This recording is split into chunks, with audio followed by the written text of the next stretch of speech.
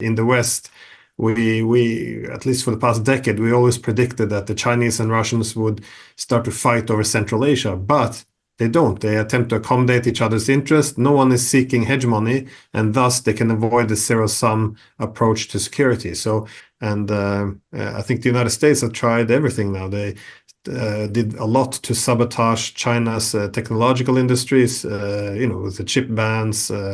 They're encouraging other countries to decouple from China.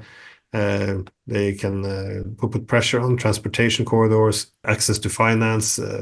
Again, there's a lot that the United States has done, but none of this is working. They could have done this maybe 10 or 20 years ago, but now China's too big. It's too late.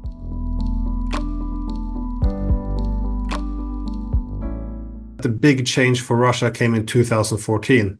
And there was two things that happened. One, the Greater Europe initiative they had died, and also an alternative Eurasian format emerged. So it's important to realize that for the past 300 years, since Peter the Great, Russia always looked towards the West for modernization, also since the early 18th century. In the West is where the main technologies were. The West also dominated the seas, as where the main transportation corridors are, which can physically connect the world. Also, this was the area of financial connectivity of the world, so they had everything. This is why Russia's integration into an international economic system, pursuing prosperity and modernity, always meant to Europeanize Russia, to make it more European. Now, there's always been some concerns about this, especially those who read Dostoevsky, all these 19th century scholars arguing that perhaps Russia should look more towards the East.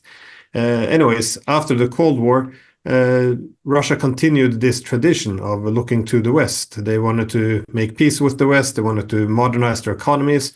So they began to then pursue these very pro-Western policies. However, what they found out was that this Greater Europe was denied. That's what NATO expansion represented, that we were going to create a Europe without Russia. And a Europe without Russia quickly became a Europe against Russia, simply because we then had to compete over where the new dividing lines would be instead of removing them. So the problems always built up. And in 2014, this is when everything broke, because until then, many people in Russia thought, well, perhaps we can have an incremental integration with the West. But when the West toppled the government in Ukraine, this was the clear signal that Ukraine would not be a bridge, but it would be a front line. And when Russia took Crimea in order to safeguard its Black Sea fleet, then and all the sanctions came, even the few Russians who still wanted to pursue Greater Europe had to recognize this was utopia. It was never going to happen. And what happened at the same time, exactly the same time in 2013-14? Well, this is when China really began to lay the foundations for an alternative international economic system. That is, the Chinese began to push this Belt and Road Initiative. They started to more openly assert ambition to take technological leadership in the world. China began to advance these new financial institutions, be it the Asian Infrastructure Investment Bank, looking to internationalize its currency. We see that the SCO, or BRICS, it represents a world order based on multipolarity, in which the great powers, they seek to harmonize interest with each other rather than pursue the dominance and global hegemony. And this is very important to recognize, because in the West, we at least for the past decade, we always predicted that the Chinese and Russians would start to fight over Central Asia, but they don't. They attempt to accommodate each other's interests. No one is seeking hegemony, and thus they can avoid the zero-sum approach to security. So suddenly a new system emerged in the East. So this was tremendously important time in history for Russia. When it goes to the East, it notices that it doesn't have the same historical baggage. It doesn't meet the same hostility.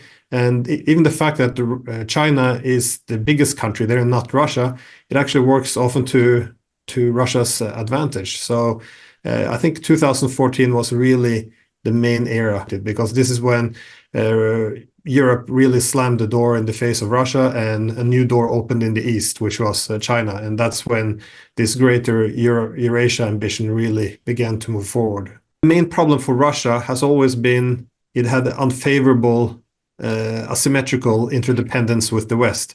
So we often say that interdependence between nations is good, it creates peace. Well, yes, to some extent, because in all interdependent relationships, one will always be more dependent on the other.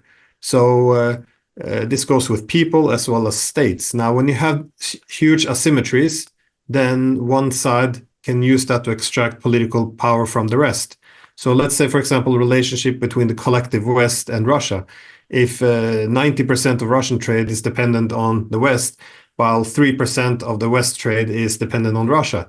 This is asymmetrical. Now the West is much less dependent on Russia than Russia is on the West, and the West can use this to extract political concessions. Now, and this is what we saw. We saw that Russia being dependent on the West for its technologies, access to transportation corridors, banks, currencies, payment systems, insurance systems, everything. The only thing really Europe was dependent on Russia was energy.